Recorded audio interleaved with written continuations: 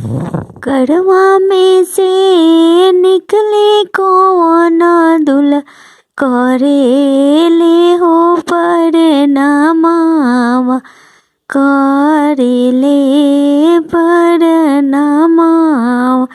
अरे किने गईले सरवा कौन सर निकाला से अपन बहिनिया निकाला से अपन बहिनिया।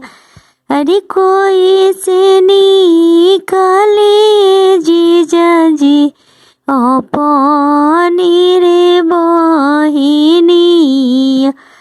अरे अपनी रे बहिनिया।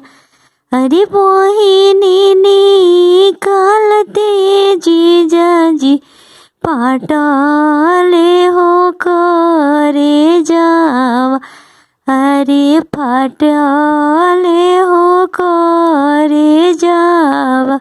अरे जोई से में फटे जीजा जी खीरावा हो करी।